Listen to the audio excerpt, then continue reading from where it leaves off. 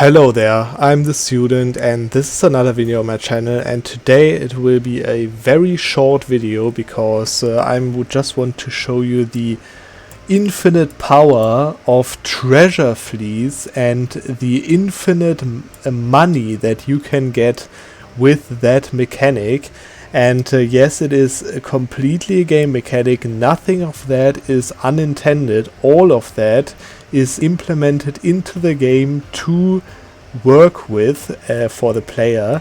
And yeah, I have paused on the 2nd of April right now in 1602. By the way, this is the Navarra game. So if you ask, yeah, this is pretty small Spain with France and England as a personal union, and yeah, almost 4,000 great power score. Yes, that is because I started as Navarra in this game.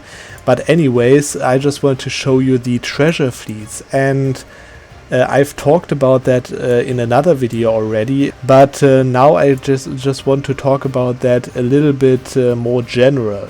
You know, if you have colonial nations, such as I have Mexico over here, then the colonial nations won't get any gold income from the gold provinces. Instead of that, they will store the gold income into this treasure fleet amount over there that you can see on this this little chart that goes up. As you can see, Peru over there is almost there, the treasure fleet. Mexico just arrived, that's why it's down at the bottom right now. So you can see when the next treasure fleet is going to arrive. And then you get the money, the entire 100% of that production income that the gold mine would give you if you would own that directly. You get 100% of that, and you get 100% of the inflation. The very interesting thing about that is that there are a few, actually a lot, modifiers that increase the gold income from treasure fleets. And as you can see over here, I have a few modifiers listed on that that were affected on this treasure fleet right now, which is 50% from the naval doctrine that you can get if you are in the Iberian culture group, except for like Portuguese and Aragonese and Basque or something. So basically you are one of the Castilian cultures. Then you can take that, which gives 50% treasure fleet income. And this does exactly what the modifier says. It takes this, let's say in this case 15 production income of the Mexico province, and it adds 50% on top of that. Which means that this 15 essentially, only because it is owned by my subject, by my colonial nation subject instead of myself, it is not 15, it is actually more like 22. And that is not all. As you can see over there, I have also the modifier Council of the Indies, which is also if you have Iberian culture group and your capital in Iberia on tier 3 over there, then you get another 25%.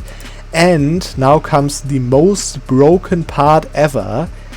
Every crown colony that has 10 or more provinces gives you an additional 20% treasure fleet income. And this treasure fleet income doesn't count just for that colonial nation, no, it counts globally. Which means that I have, as you can see over there, a crown colony Louisiana, a crown colony Terra Nova, a crown colony Colombia, a crown colony Peru and Mexico, of course. In total I have 5 crown colonies. And all of those 5 crown colonies I have enacted the modified subject relationship over here. Enlarge the gold fleet. This is active. I can deactivate it right now for 100. It costs 100 ducats to activate and it becomes active if they have more than 10 or more provinces. And as you can see, this adds up right now in this situation to 100% additional treasure fleet income, as well as El Escorial, which is obviously available for any nation that has accepted the culture of Madrid and boosted that up to level 3.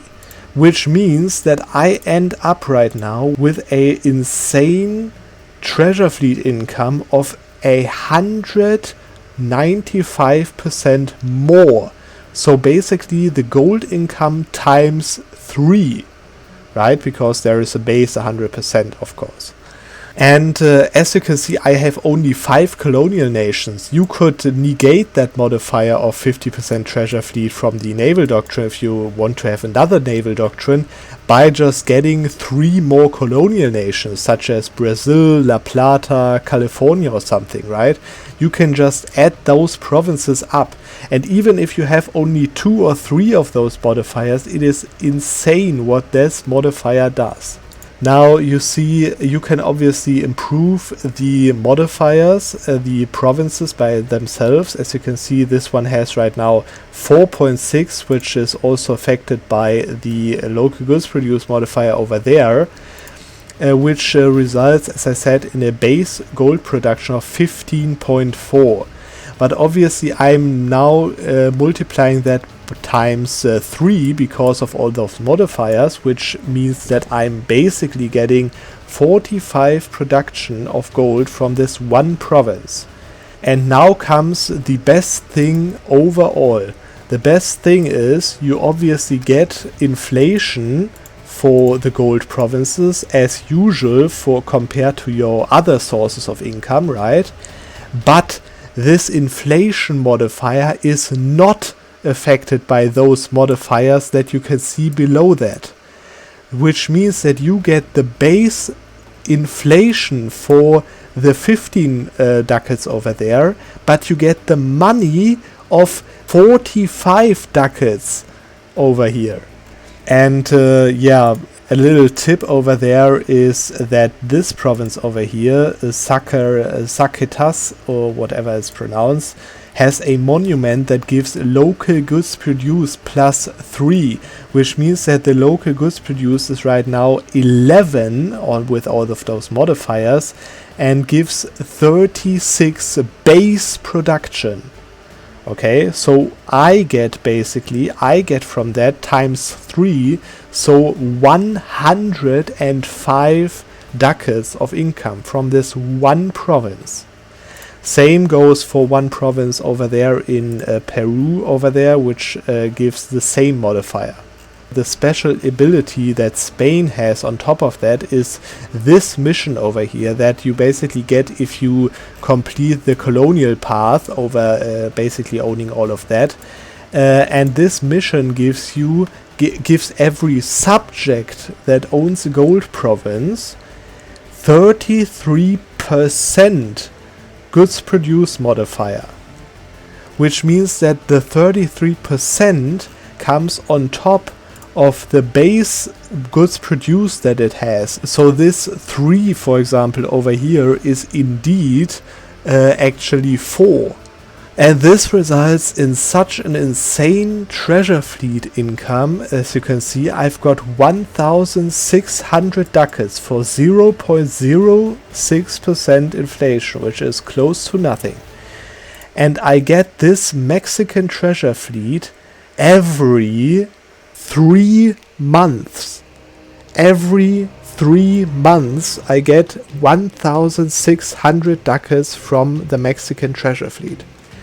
And if you calculate that on a monthly income, this means that I right now have a monthly income of 533 ducats just from the Mexican treasure fleet.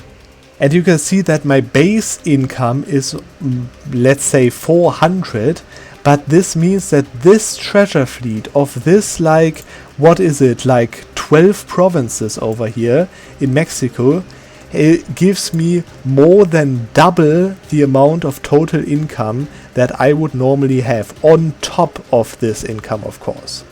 And yeah, as you can also already see, the Peru treasure fleet comes also in a few months. So let's just see how big that is and how often I get that one. And there goes the Peru treasure fleet, and the Peru treasure fleet has also 1,000 ducats by only 0.03% of inflation, with all of the same modifiers, of course.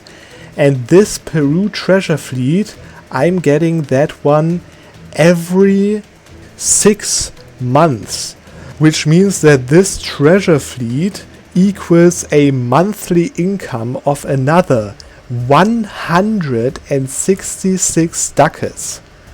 Which means that in total, right now, I'm not getting 400 income, as the chart says over there. I am actually getting 400 plus 166 from the Peru treasure fleet, and plus 530 from the Mexican treasure fleet, which equals a total of 1,100 monthly income that I have right now. And that obviously, considering that I've started as Navarra over here, you can imagine what you can probably achieve if you start as Castile or as Portugal or as Aragon, for that matter, and do the same thing. The base reason why I want to show you this in this extra video is because I want to encourage you to just go for the Mexican gold in basically every single game. Because even if you don't have a colonial game, right, those provinces over here are not to be colonized.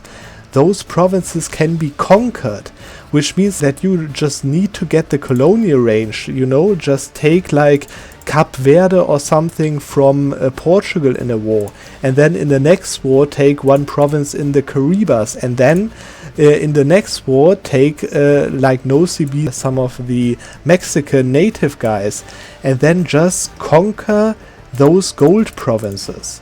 Because first of all, even if you don't have all of that modifier, one modifier you have for sure, which is the 20% enlarged gold fleet from Mexico itself. And you can obviously create way more if you want to. Just taking Madrid doesn't require any cultural things anyways, so you can get 20% from that as well.